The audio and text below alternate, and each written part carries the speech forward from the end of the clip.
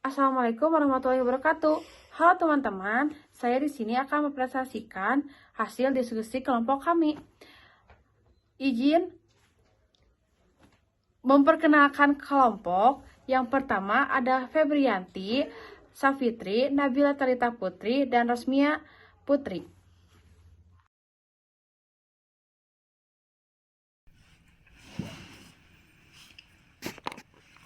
Data dan informasi adalah data yang merupakan fakta mentah yang belum diolah.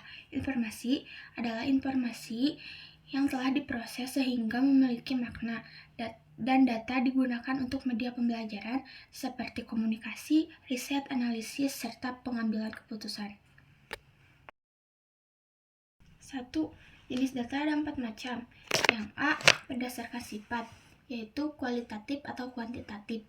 Yang B, berdasarkan cara memperoleh, yaitu primer atau sekunder.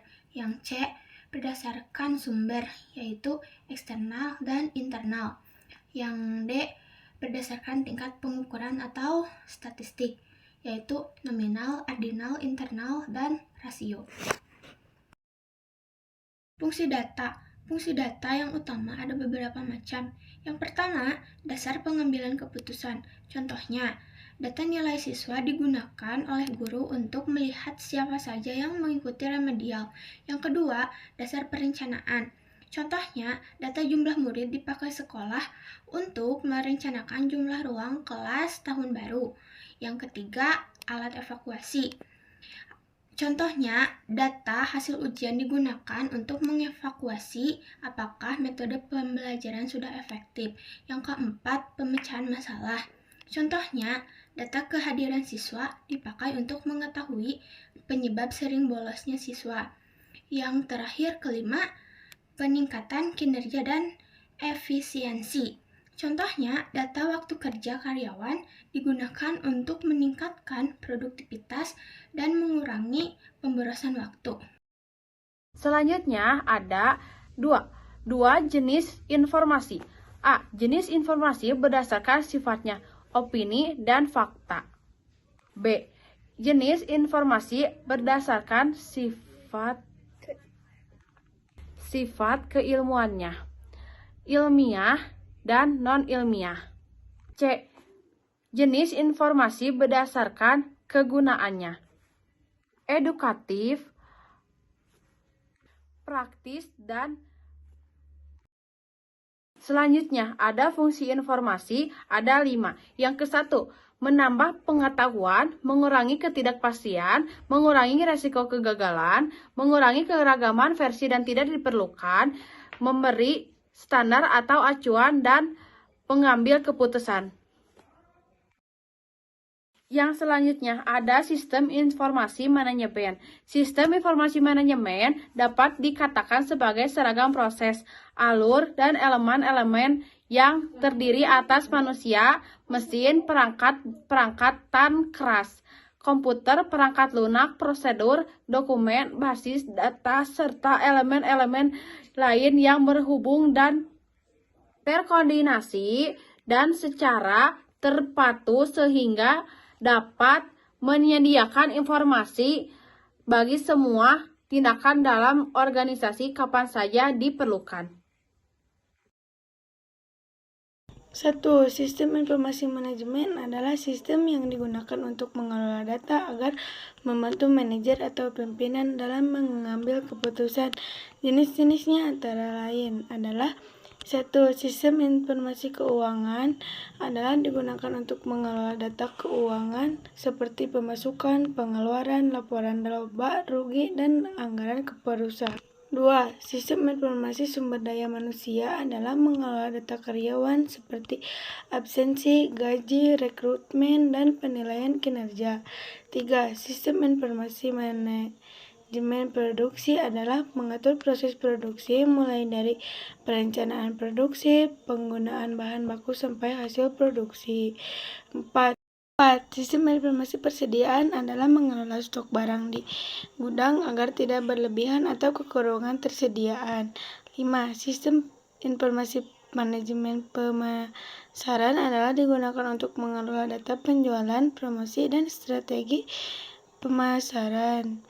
6. Sistem informasi manajemen pelanggan adalah mengelola data pelanggan, keluhan, kepuasan pelanggan, dan riwayat pembelian. 7. Sistem informasi logistik mengatur distribusi barang, pengiriman, dan alur barang dari produsen dan konsumen. 2. Fungsi sistem informasi manajemen dalam organisasi atau perusahaan adalah 1. Pengumpulan data adalah mengumpulkan dari berbagai sumber. 2. Menyimpan data adalah menyimpan data agar aman dan mudah diakses kembali. 3. Pengolahan data adalah mengolah data mentah menjadi informasi yang berguna. 3. Distribusi informasi adalah menyampaikan informasi kepada pihak yang dibutuhkan. 5.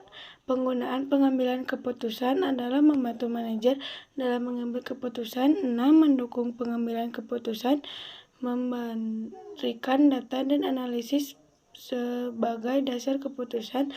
7. Pendukung operasional adalah membantu kegiatan operasional sehari-hari perusahaan. 8. Pendukung strategis adalah membantu perencanaan jangka panjang perusahaan. 3. Penggunaan menu Homepage pada sistem informasi berbasis website. Homepage adalah halaman utama sebuah website yang pertama kali dilihat pengunjung. Fungsinya antara lain adalah sebagai pintu masuk ke halaman lain dalam website, menjadi pusat navigasi, atau menu klik tombol. Menyajikan informasi utama secara jelas, harus menarik, mudah dipahami, dan rapi agar pengunjung tertarik menjelajah lebih lanjut. Pengertian komunikasi digital. Komunikasi digital adalah proses pertukaran informasi menggunakan teknologi komputer, telepon, dan internet. Di era digital ini, komunikasi tidak terbatas oleh jarak dan waktu, karena didukung oleh perangkat keras, hardware, perangkat lunak software, dan jaringan internet. Media komunikasi digital. Ada beberapa jenis media digital yang sering digunakan saat ini. Audio, podcast, radio online, Spotify, Apple Music, video, layanan streaming seperti YouTube dan Netflix, media sosial, Twitter, Facebook, Instagram, dan TikTok untuk berinteraksi secara luas. Periklanan, iklan digital dalam bentuk pop-up atau autoplay di situs web. Kelebihan dan kekurangan komunikasi. Elektronik kelebihan kekurangan komunikasi sangat cepat, hitungan detik, membuat orang malah bergaul di dunia nyata, memudahkan mencari informasi secara luas. Masalah keamanan, resiko hacker, penipuan, pencurian data. Menambahkan relasi atau jaringan melalui media sosial membutuhkan biaya besar untuk perangkat dan kuota praktis. Bisa dilakukan di mana saja. Resiko kesalahpahaman jika informasi diubah orang lain. Halo teman-teman, sekian dari kelompok kami. Maaf apabila ada kesalahan dari penjelasan ini. Assalamualaikum warahmatullahi wabarakatuh. Bye-bye.